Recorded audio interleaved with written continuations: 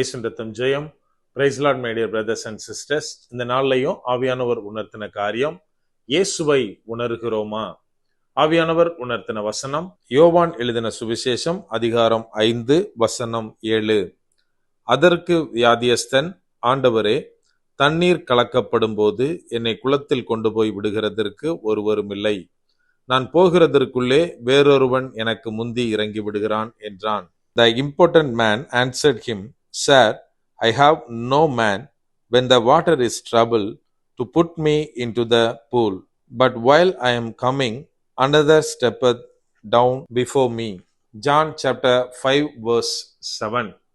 என கண்மானவர்களே, இந்த இடத்திலே ஒரு வியாதி உள்ள மனுஷன் இயேசுவை பார்த்து சொல்லுகிறான், இந்த குளத்துல என்னை இறக்கி விடுறதுக்கு ஒருத்தர் இல்ல ஆண்டவரே, நான் போய் இறங்குறதுக்குள்ள இன்னொருத்தன் இறங்கிடுறான் அப்படின்னு புலம்புவதை நாம் பார்க்க முடிகிறது.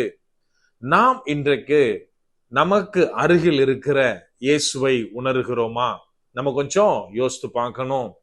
என கண்மானவர்களே, இந்த இடத்துல என்ன நடக்குது அப்படின்னா, இயேசு கிறிஸ்து ஒரு வியாதியுள்ள மனுஷனை பார்க்கிறாரு. பார்த்து அவன் பக்கத்துல கேட்கிறாரு, நீ சுகமாக விரும்புகிறாயா அப்படின்னு கேட்கிறாரு. இதுக்கு அந்த மனுஷன் என்ன சொல்லணும்? ஆமாண்டவரே, எனக்கு சுகம் கிடைக்கணும் அப்படின்னு தான் சொல்லணும்.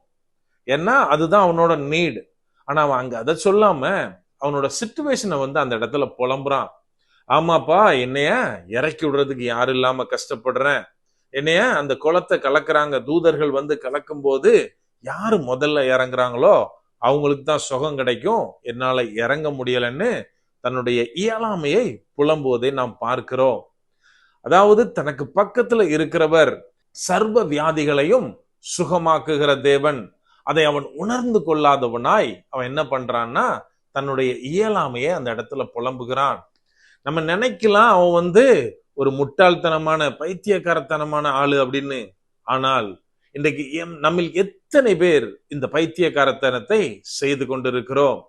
இயேசு கிறிஸ்து நம்மை பிள்ளைகளாக பார்த்து அவர் கேட்கிறாரு, நித்திய வாழ்வுக்கு என்னோடு வர விரும்புகிறாயா, அதை அடைய விரும்புகிறாயா அப்படின்னு.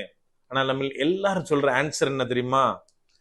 அதெல்லாம் இருக்கட்டும் ஆண்டவரே, நான் என் கூட படிச்சவன்லாம் எங்கேயோ முன்னேறிட்டான், நல்ல வேலையில இருக்காங்க, கை நிறைய சம்பாதிக்கிறாங்க. ஆனா நான் பாருங்க இன்னும் இதே நிலைமையில இருக்கேன். ஈவன் படிக்காதவங்க கூட லட்ச லட்சமா சம்பாதிச்சு காரு பங்களான்னு வசதியா இருக்கிறாங்க. ஆனா நான் இன்னும் ஒரு பழைய ஓட்ட வண்டியை தான் ஓட்டிட்டு இருக்கேன். இப்படின்ற மாதிரி புலம்பி கொண்டிருக்கிறோம். என கண்மானவர்களே, இங்கே அந்த வியாதியுள்ள மனுஷன் இயேசு கிறிஸ்து அவனுடைய பரிபூரணத்திற்கு கேட்டாரு. அவன் அந்த டெம்பரவரியான அந்த பிரச்சனைகளை குறித்து இயேசு கிட்டத்துல சொல்றான். அது என்ன ரீசன் அப்படின்னா, அவனால் இயேசு கிறிஸ்துவனுடைய மகத்துவத்தை உணர்ந்து கொள்ள முடியவில்லை. நம்மில் எத்தனை பேர் அதை உணர்ந்து கொண்டிருக்கிறோம்?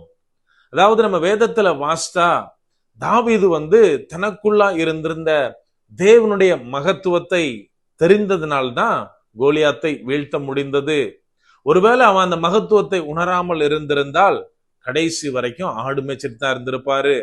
அதே போலதான் இன்னைக்கு பரிசுத்தம் அப்படின்னாலே இம்மிடியட்டா எல்லாரும் யோசேப்பை குறித்து சொல்லுகிறோம். யோசேப்பு தனக்குள்ளா இருந்த தேவனுடைய பரிசுத்தருடைய மகத்துவத்தை உணர்ந்ததுனாலதான் அன்னைக்கு போத்திபாருடைய மனைவி அவனை தவறாக அழைத்த போது தன்னை காத்து கொண்டான். ஒருவேளை அந்த மகத்துவம் புரியாதவனா யோசேப்பு இருந்திருந்தால் அந்த லேடி கூப்பிட்ட உடனே அந்த இச்சைக்கு அடிபணிந்திருப்பான். ஈவன் அவனுக்கு ஆனா என்ன கிடைச்சிருக்கும் அப்படின்னா, உலகத்துவமான எல்லா ஆசீர்வாதங்களும் கிடைச்சிருக்கும். நம்ம கரெக்டா சொல்றதா இருந்தா போத்திபாருக்கு ஈக்குவலா அவன் நடத்தப்பட்டிருப்பான். ஆனாலும் அவன் விரும்பினது என்ன? தனக்குள்ளா இருந்த தேவனுடைய மகத்துவத்தை, தேவனை இழந்து போய் விடக்கூடாது அப்படின்னு விரும்பினபடினாலே தன்னை காத்து கொண்டான். நம்ம எத்தனை பேர் இந்த மாதிரியான காரியங்களை தேர்ந்தெடுக்கிறோம்? எனக்குள்ளா இருக்கிற தேவனை, தேவனுடைய மகத்துவத்தை நான் தெரிந்திருந்தால் பூமிக்குரிய காரியங்களில் நான் கவனம் செலுத்த மாட்டேன். என்னோடு இருக்கிற இயேசுவின் மகத்துவம் எனக்கு பெருசாக தெரிஞ்சா இந்த உலகத்திலே நான் பாடுகிற இந்த ஒரு டெம்பரவரியான சிறு பாடுகள் எனக்கு பெருசா தெரியாது. நாம் எப்போது தேவன் என்னோடு இருக்கிறதை உணர்கிறோமோ, நமக்குள்ளா இருக்கிற இயேசுவை மகத்துவத்தை புரிந்து கொள்ளுகிறோமோ அப்போது இந்த மனிதன் இயேசுவினால் விடுதலை ஆக்கப்பட்டதை போல நாமும் நம்முடைய வாழ்க்கையில் எல்லா விதமான கட்டுகளிலிருந்தும் விடுதலையாக்கப்படுவோம். அப்படியே கண்களை மூடுவோமா? அன்பான ஆண்டவரே, இந்த நேரத்திலே அப்பா உம்மை நோக்கி பார்க்கிறோம். ஆவியானவர், நீர் எங்களோடு இருக்கிறீர், அதற்காக நன்றி செலுத்துகிறோம். அப்பா, நீர் எங்களோடு இருக்கிறீர் தகப்பனே. எல்லா நேரத்திலும் எங்களை பாதுகாத்து கொண்டிருக்கிறீர். ஒரு சமூகம் எப்போதும் எங்களுக்கு முன்பாக சென்று கொண்டிருக்கிறது தகப்பனே. அநேக நேரத்துல எங்களுடைய போக்கஸ் உமது பக்கம் இல்லாமல் இந்த உலகத்தின் பக்கமாய் மாறிவிடுகிறதை ஆவியானவர் நீர் அறிந்திருக்கிறீரப்பா. எங்களுக்குள்ளா இருக்கிற தேவனுடைய மகத்துவத்தை நாங்கள் சில நேரம் அசட்டை பண்ணி விடுகிறோம் தகப்பனே. ஆவியானவரே, இந்த காரியம் எல்லாவற்றையும் எங்களிலிருந்து மாற்றி போடுங்க. எல்லா நேரத்திலும் தேவனுடைய மகத்துவத்தை அறிந்த ஜனங்களாய் நாங்கள் இருக்க ஆவியானவரே நீர் எங்களுக்கு உதவி செய்யுங்க. முற்றிலுமா எங்களை தாழ்த்தி ஒப்பு கொடுக்கிறோம். பலப்படுத்தி ஆசீர்வதிங்க. மீட்பர் இயேசுவின் மூலம் ஜெபிக்கிறோம். ஜெபம் கேளும் எங்கள் நல்ல பிதாவே. ஆமென். God bless.